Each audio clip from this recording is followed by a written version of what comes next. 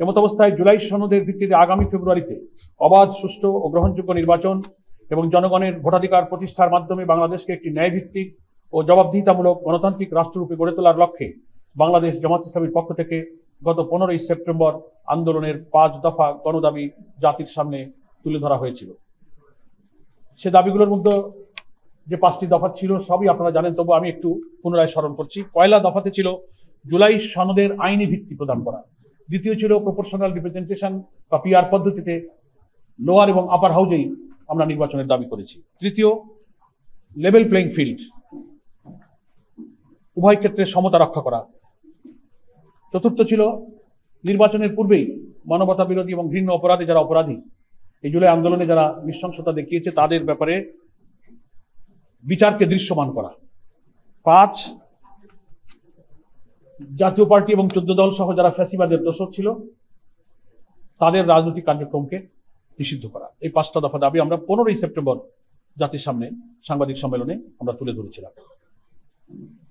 একই সাথে গণ আন্দোলন গড়ে তোলার জন্য 3 দিনের কর্মসূচি ঘোষণা করা হয়েছিল।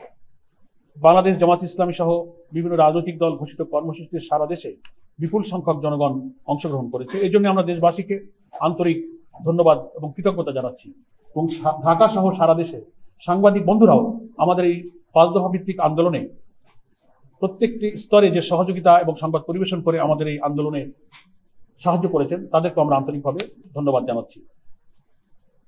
প্রিয় সাংবাদিক বন্ধুগণ, আজ আমরা দায়িত্বহীনভাবে বলতে চাই আমাদের 5 দফা গণদাবি ইতিমধ্যেই জনগণের কাছে যৌক্তিক ও গ্রহণযোগ্য হয়েছে। তাই দেশের জনগণ এই দাবির প্রতি ব্যাপক সমর্থন দিয়ে রাজপথে আন্দোলনে সামিল হয়েছে। বর্তমান সরকারের উচিত অবিলম্বে জনগণের 5 দফা মেনে নিয়ে জুলাই জাতীয় সনদের ভিত্তিতে আগামী ফেব্রুয়ারিতে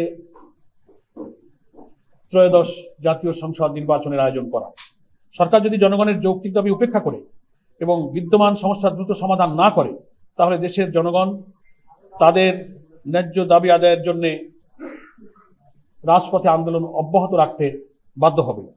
এ লক্ষ্যে আজ চলমান আন্দোলনকে আরো জোরদার করার জন্য নিম্নোক্ত কর্মসূচি আমরা ঘোষণা করছি। 1,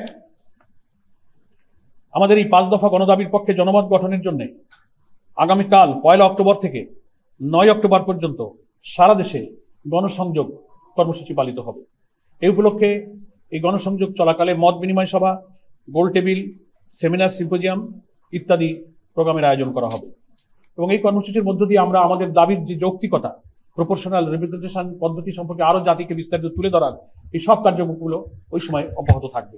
2, আগামী 10ই অক্টোবর রাজধানী সহ সকল বিভাগীয় সদরে গণমিছিল করা হবে।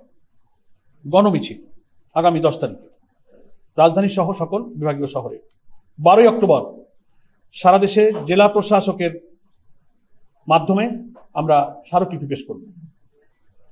এইসব কর্মসূচি বাস্তবায়নের মাধ্যমে জনগণের দাবি আদায়ের লক্ষ্যে ঐক্যবদ্ধ হওয়ার জন্য আমরা দেশবাসীর প্রতি উদাত্ত আহ্বান জানাচ্ছি এবং আমরা আশা করি সরকার এবং এই দাবি মেনে নেওয়ার সাথে সংশ্লিষ্ট যে কর্তৃপক্ষ, ঐক্যমত্য কমিশন সহ যারাই রিলেটেড স্টেক হোল্ডার আছেন এর মধ্যেই জনগণের আকাঙ্ক্ষার প্রতিফলন হিসেবে এই 5 দফা দাবি মেনে নেবেন।